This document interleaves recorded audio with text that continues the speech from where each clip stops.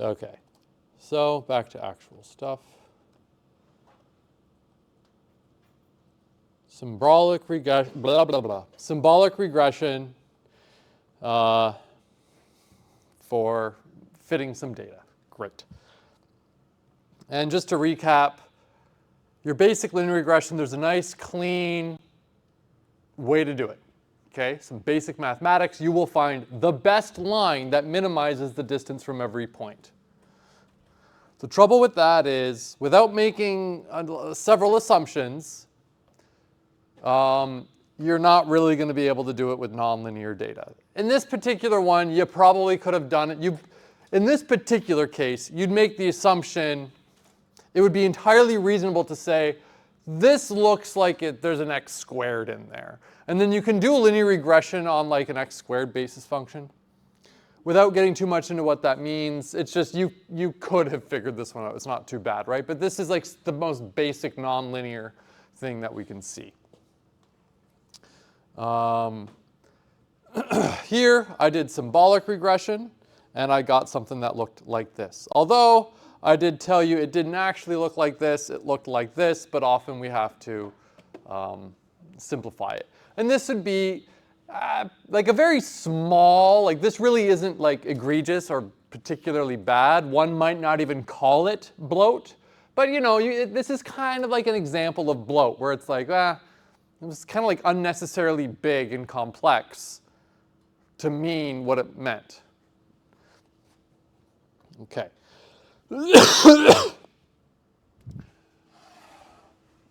Any questions about the motivation of where we're going? I want to also emphasize genetic programming is not just used for symbolic regression. It's used for a lot of different things.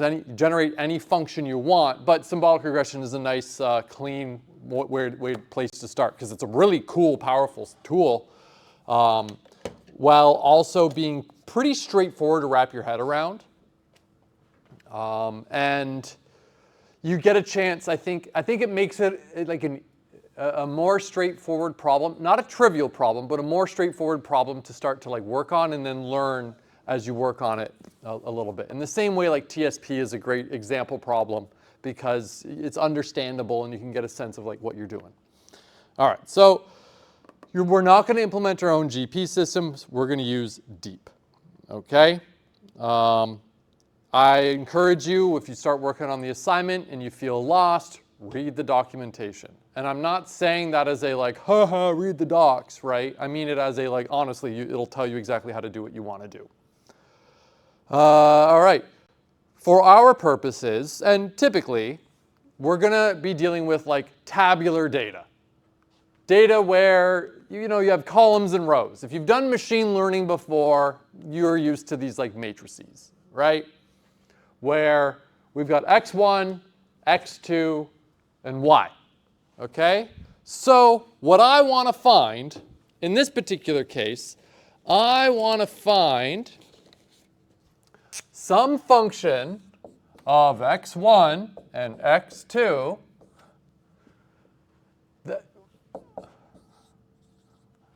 right? I want to find some function that will give me x1, actually it's matrix, x2. We want it to be really friggin' close to y, okay? We want to find the function, I don't know what it is, but I want it to be equal to y. It's probably not going to be perfect, and so we go like, well, it's the y hat, right? But that's what we want to do. Columns, information in the columns represent like, okay, this is a value associated with x1, another one, another one, another one, x2, and its corresponding y. Rows are instances, right? So I want a function where if I plugged in negative 3.168, blah, blah, blah, blah, blah, and 3.6325, blah, blah, blah, blah, blah, I want it to be equal to negative 5.7555, whatever. That's what I want. And I also want it to be equal to, if I pump these two in, I want to get that. I pump these two into the function, I want it to get that. That's the goal, okay? What the hell is this? So, yeah, the data is formatted Here, you know what? Let me open up PyCharm. And you would have it so you could follow along. Here's the n queens GP symbolic regression. I've got resources, regression data. Aha, yes. I'm not sure which one this is in particular. I don't say which one it is, but the data would be from like one of these. Here's a simple one where there's only 2 columns. Okay. Here's one with many columns, right? So this would be like x1, x2, x3, and y. Usually, it doesn't have to be, but the way I always do it is I always have the last column is always the thing I want to like fit to, where everything before it is, you know, the dependent variable or the independent variables. Do I have that right? Yes. The independent ones are the x, and the dependent is the y. On the x's, right? Yeah, I'm pretty sure. Someone can check me out. Maybe Gabe can check on us. Yeah. So, if we go here, import, what's it mad about? Unresolved reference. That's not true. Ah, it's because it's using the wrong. There, now it's happy. It was using the wrong virtual environment. And it's still unhappy. Okay, well, whatever. Can I run it? Probably just like switch back. Yeah, it's good. Okay, I don't know, whatever. Look, I am not going to argue with you anymore. It's just the course was built around PyCharm and mine. I'm not fixing it right now. But yeah, why is it not? Are you able to see what's in your virtual environment right now? Yeah, like why? Here, let's try this real quick. We're on Windows. I'm willing to bet like it ain't gonna work because, yeah, it's I don't know, it's Python. Yeah, all right. Man, it's right there. Okay, wait. Oh, maybe it's doing something. Maybe it's fixing itself. We'll see. All right. Well, anyways, while it's thinking about working, here's the data. I've got it saved in a CSV, right? So I'm just going to open up the data. I'm showing you how I'm doing it, whatever. This shouldn't scare you. It's kind of Python-y, but let's explain. Data file, I open up the relative resource in the data file, okay, whatever. That's just some constants like where is it and where's the data file, okay? Then I'm getting all the data, and you might be like, what the hell is this? Well, this is like list comprehension. And there's a lot, but it's actually not too bad. For those of you that love Python, this might make perfect sense to you. For those of you that are like, Python's fine, you're going to be wondering what's going on here. What this is doing is I basically have like an inline for loop for x in data file. If you iterate over the data file, it'll be like each line, okay? So for each of those, I'm going to split x on commas. Okay, so that'll be, in the example above, that'll be 3 individual values, 3 floats. And I'm going to map on each of the values in that string, or in that list of strings, float, converting them into floats. So that'll go like, now they're all floats. And then I turn it into a list. Okay, so there we go. If you don't turn it into a list, it gets mad, I'm pretty sure. So yeah, it's a generator object. Is a generator or an iterable? A generator? Okay, it's a generator, so we make it a list and it's happy. Wonderful. Cool. And that's all data.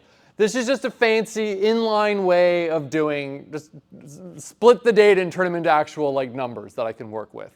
Usually I like to do it the long form way, typically where I go like for line in file. I like doing it that way. I really like my code to be observable to someone who's never seen Python before but maybe has experience in Java, where if you have experience in Java and don't know, man, do not reboot.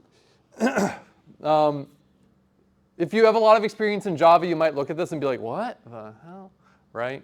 It's whatever. Anyways, in this class, I broke my general rule. I went Python-y to see how I could.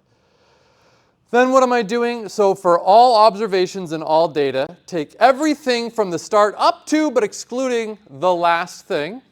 And then the dependent variable is, well, the last thing from each one. Okay, so I just separate them into the independent and dependent variables. Okay, so this is x, big X, and this is a little y. Okay. By the way, I'm going to say this because I always catch people kind of mixing this up. And you might, after I explain this to you, you might think to yourself like, okay, fine. But it is important to know the difference. This like is not indexing with negative numbers. That's not what you're doing when you do that, okay? What you're doing is, this is just, when I say syntactic sugar, do you know what that means? Yeah. It just means nice syntax to mean something, okay? What that really means is, like, okay, O at len of O minus 1. Okay? That's what that means. You are not indexing by negative 1. I know it feels like you are, and you might look at that and be like, well, effectively you are. I think it's important to know that, like, when you index with the negative number, really what you're doing is you're saying, give me the length minus whatever you put in there. Okay? Just as a neat little aside.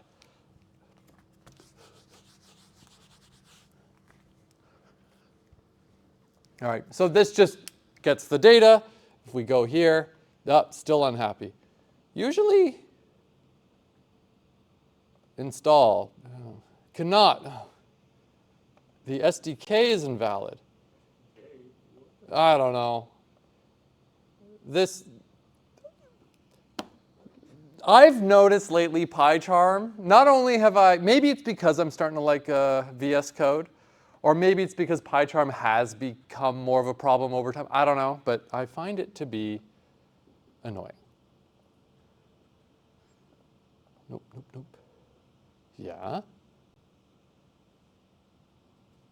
Maybe this one? It looks the same, but let's see. Did anything change? No, maybe you didn't apply it. Oh, no, that's the working directory.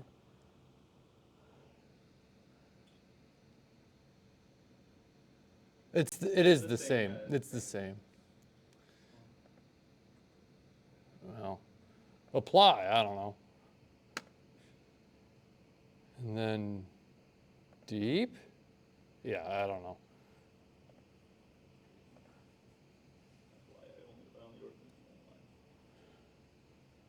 Try reading the guide.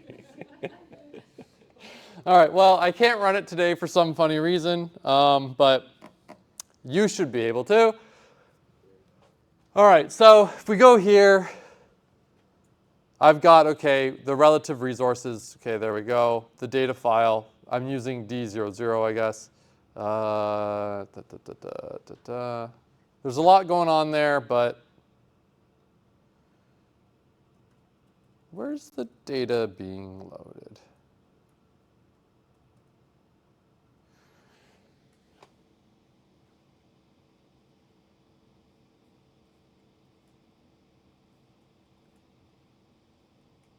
Where am I going blind? Mean squared error. Ah, here we go. Okay, yep. Loading the data, great. Everything above this is just like functions, okay, and constants and imports. By the way, also for those of you that don't know, this is like a line that you include. It's not really like a main function. A lot of people are like, oh, that means the main. Not quite. It means that you're only going to run this if you're running this file, if this is like the main thing that you're running. If you've imported it, you may have experienced in Python, if you import a file that has like code to run, instead of just like a bunch of functions, for example, but if there's like code to run, it'll run that code when you import it. But to make it not, you put that there. So it'll only run this if this is what we've said to run. What I like doing is I like defining adding just a function called just main, putting it at the top so it's at the top so it's just there. Yeah. And I just call main at the bottom. And that way the function, if I have function definitions, other function definitions in the file, they don't have to be above my code. They can just No. I don't know, that sounds kind of unconventional. conventional. It's like it's basically you do with like C++. Yeah, but it's not part of the Python enhancement proposals. It's where like the standards of Python are set. Read the docs, man. I'm teasing you. All right, anyways, I can't run it, but there we go. This is how we load up the data. Great. If I were to print it out, this is what we would have, right? I would have like lists of the x's, and then I just have a list of the y's, okay?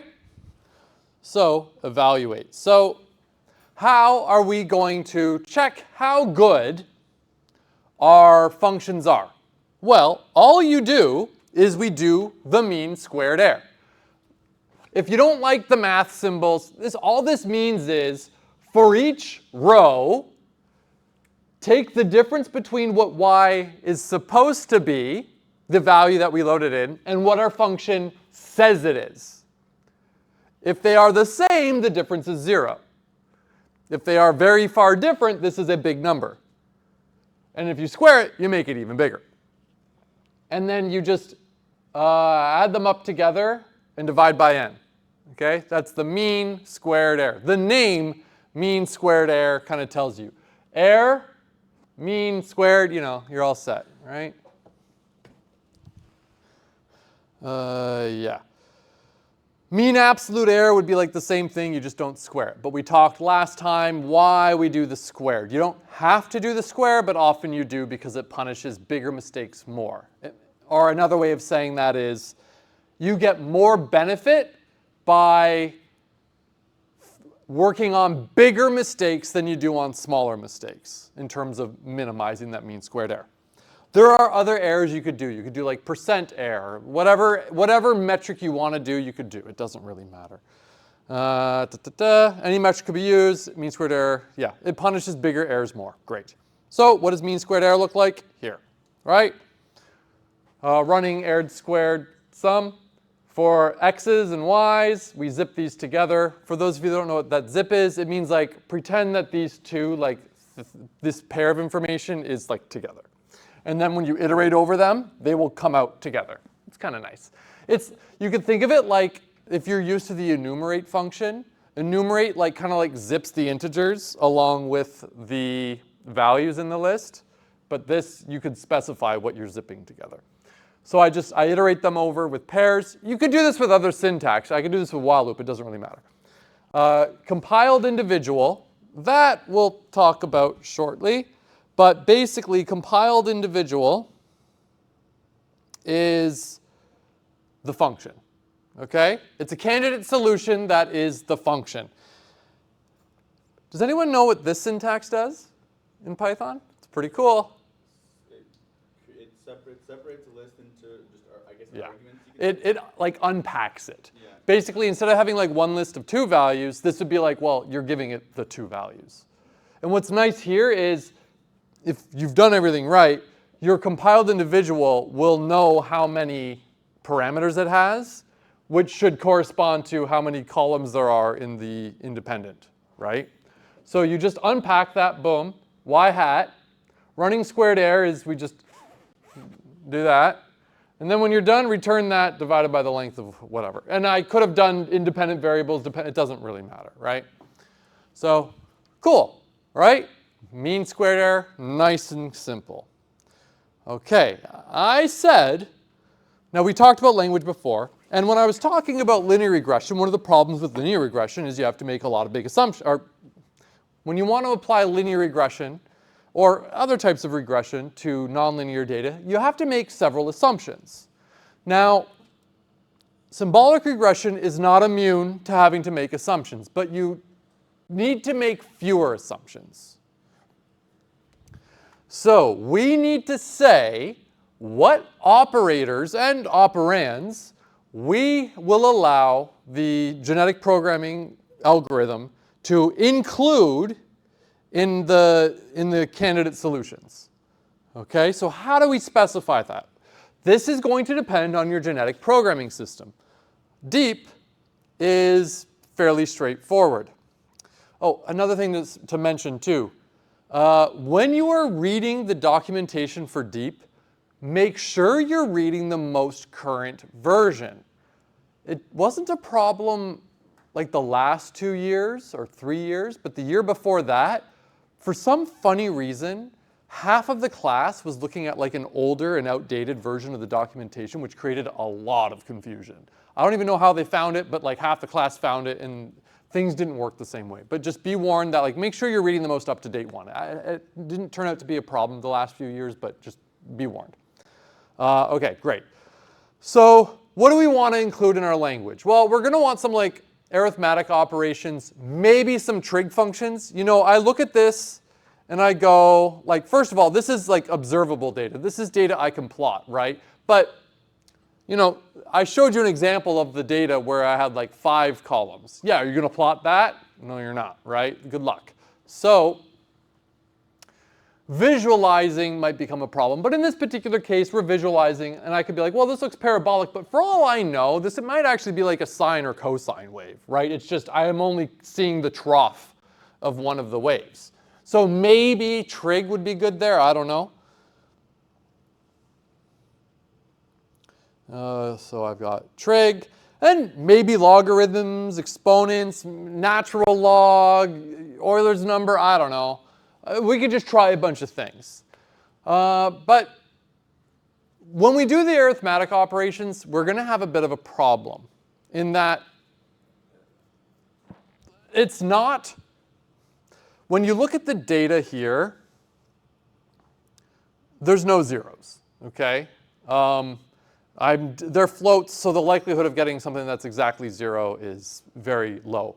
But the constants could be 0, and if you did like x minus x, you would get a 0. So even though the data might not have any zeros in it, the expressions being formed, like the s expressions, could result in a 0.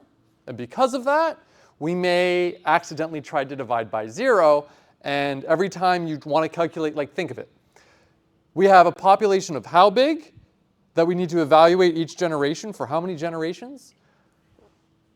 And for each data point, that's a lot of evaluations, and if any of them have a divide by 0 error, you're going to get an exception and it's going to crash, right? So often what we do is you create something called like protected divide, okay? Where, okay, it's divide, but if the divisor is 0, just whatever, it's infinity, okay? Like we still don't want it to be like, by the way, often you will see people like, let me finish the train of thought, then I'm going to tell you why this is good. If yours is dividing by 0 somehow, it's probably not a very good function, right? So you would want it to have like a big error. And by the way, this is right. As the divisor gets closer to 0, you approach infinity, right? So this makes sense, right? Yeah. And like if like it evaluates to 0,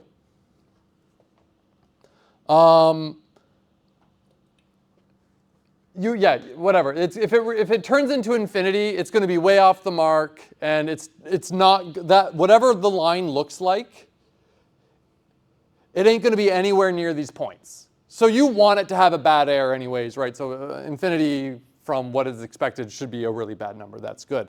The problem is if you go and read, and even if you go and find things, maybe even in the DEAP documentation, actually, let me go check real quick, and I'm going to show you the thing, symbolic regression.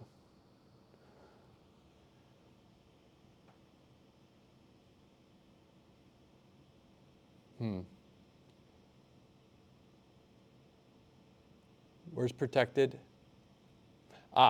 Okay. What are they doing? Well, no. If it catches that exception, which, okay, I could have done it the same way, where if it tries to do it, catch the exception. But here, it's returning a value of 1. And that's a very bad idea, because as the right approaches 0, the result should not approach 1, right? Meaning you might start getting like, oh, maybe 1 is really close to what it should have been. That's good as far as the GP system's concerned. So yeah, don't do that. And the worst part is, you go find the literature and everything, a lot of people are doing that. What a stupid idea. I don't know. I assume somebody did it wrong once and everyone just copied them. Don't do that. That's a terrible idea. And therefore, though, like carrying on from here, if we use that protected divide, this would create anything where a divisor, if you have an S expression, like one of your candidate solutions has part of its tree evaluating to 0 such that we try to divide by 0, you don't want those in your population. Like, you want them to have terrible error. You want the selection pressure to be like, ew, get away, okay? They're all ugly. I don't know. That no one wants to mate with them, right? All right, so, okay, cool. So how do we set the language? Well, here's how we do it. We create what we call a primitive set. It is an object from the GP library, okay? Primitive set, you can call it whatever you want, call it main. And then here you need to specify how many independent variables there are. So here, it would be 2, right? In the one that we were showing with the plot, it'd be 1. It would be the number of columns minus 1, effectively, or just the size of the independent variables. I picked at index 0. It's arbitrary, doesn't matter, right? So there. This is where, right here, when you create that object, this is where you say you are a function that takes this many arguments, okay? Then, to the primitive set, we add various operators. This is how we say, okay, this is where we set the language. Okay, you are allowed to use add. And add takes 2 operands. Subtract, 2. Multiply, 2. Protected divide, 2. Negation, 1. By the way, if you're like, what's this operator? Where did that come from? That exists in Python standard library. So there is a function called add that is just here. Right? That's all it does. But they exist as functions, not just operators, because sometimes you really just want it as a function, right? So instead of writing it ourselves, Python I love this too, right? Like, that's the same as A plus B, right? And why? Why is this here, right? Like, come on. I guess so, yeah, I don't know. I love it. Anyways, there's a lot in here. There is what is, and. Yeah. Oh, Python's bitwise. Yes. Mod, so absolute add and floor divide index.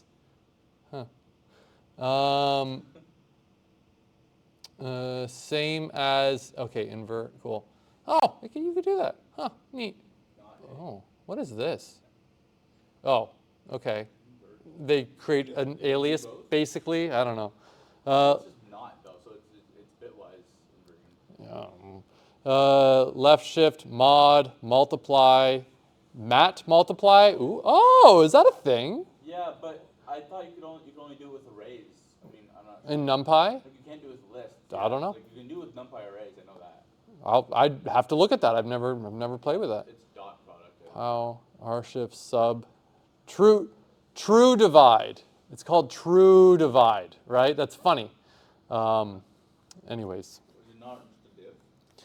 Well, the problem that I see here is this isn't true divide. Well, it has floor div above. Okay. Oh, does it? Yeah. It did. Okay. All right. Fine.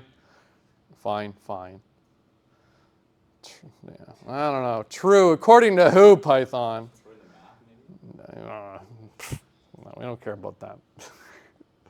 Anyways, that's where the operators come in. So this is where that is. And now here, you might be like, oh, but what's this? Okay, we need ephemeral constants, okay? Ephemeral is a fancy word. It doesn't matter. Constants. So we need our trees, our S expressions, to have leaves, operands. Some of them are going to be like x1 and x2, right, the variables. But some of them are just going to be like just some constant values, some like literals, okay? But what literals should we be allowed to have? Well, I've given it a name. I'm calling it randint. You call it whatever you want. And then I'm creating, don't worry too much, this is all the special syntax to make a partial function, randint, that makes these two things. This is just the syntax. Don't worry about it too much. It doesn't matter. We're saying use this function and you'll have these arguments that you will apply. Basically, this will give you negative values from -10 to 10. I can't remember if it's inclusive or exclusive just by looking at randint right now, but it's from the randint from the random library. And if we go here, I assume at the top we are, yeah, see, from or import randint. Cool. Oh, yes. All right, so that's how we set those things. And the constants are like, they're just one, okay? Like they don't take any inputs, they don't need any operands, they are themselves operands, right? So do you see? This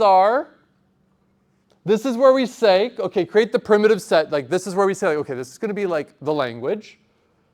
We call it whatever. And then how many it's going to take. The calling it main there, if I remember correctly, when it like prints the result out, it's over there. The name you give it there, and I might be misremembering, but I'm pretty sure that main, all that means is the function will be called main.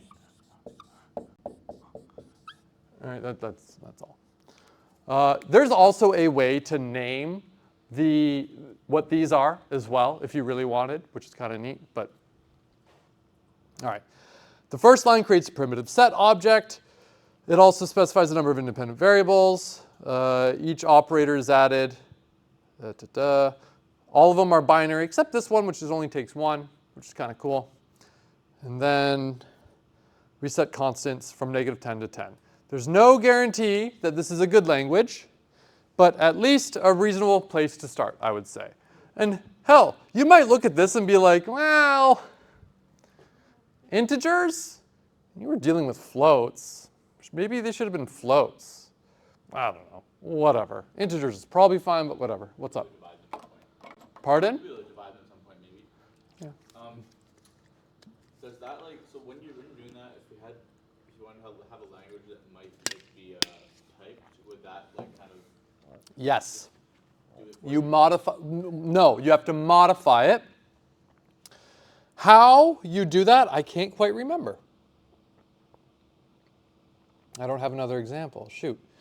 I think, you know what, let's have a look, because I know there's a way, and I think it's actually worth pointing out right now.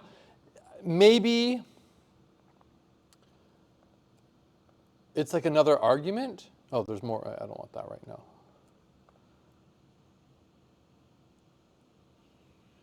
Yeah, here's how you can add arguments, the names, which is kind of neat, right? X and Y, you know. Here we go. Yes, okay, here we go. Here's how you do it if you're doing typed. Now, notice that you create a different thing, primitive set typed, okay? Where you specify effectively the number by the length of the list, but each one is going to be like the type of argument 1 of x1 is this, the type of x2 is this, and I'm going to return a float. XOR takes 2 booleans, returns a boolean. Multiply 2 floats, returns a float. If then else takes a boolean, a float, and it's going to return a float. And then add terminal just the number 3, I don't know. And I don't really know what's up with that, but whatever. This is how you do it with typed. There. If I remember correctly, it was around how you did this, where there was a discrepancy between the versions of DEAP documentation, if I remember correctly. But that was a couple years ago. I think that was like 2021, but you know. Yeah. All right.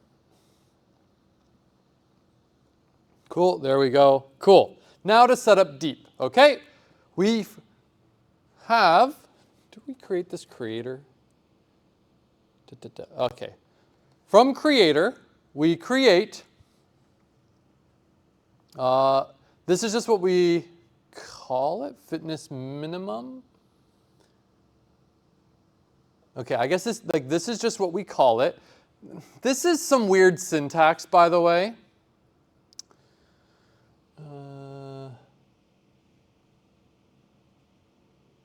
Yes. So, I'm not too familiar with Python to the degree in which these people developed this.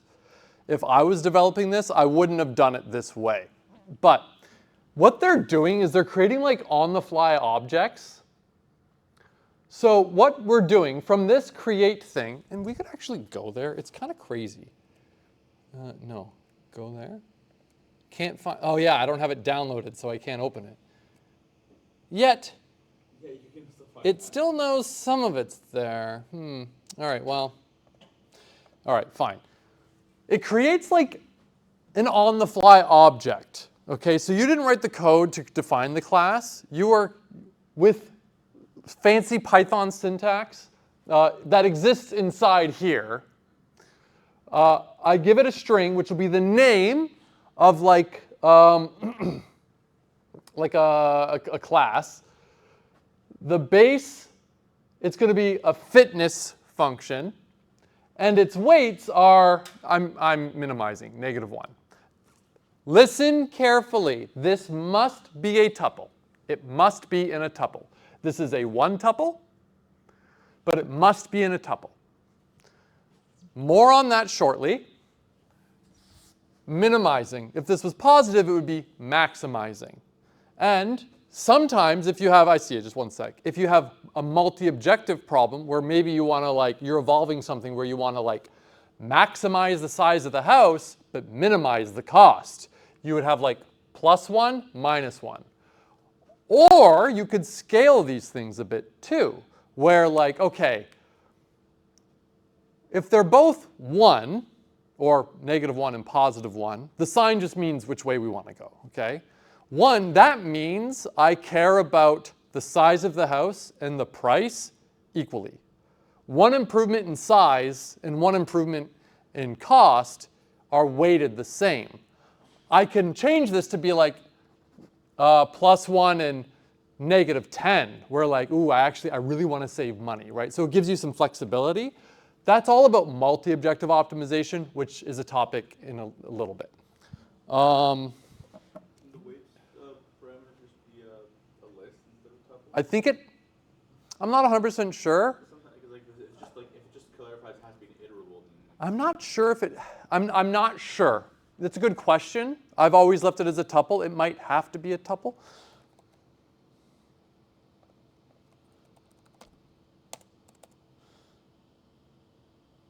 I don't see why we need to change it.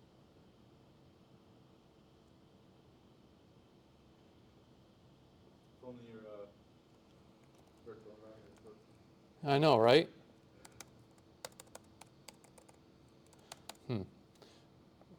I would think you have to iterate it, have to index it. Unless it's important that it's immutable.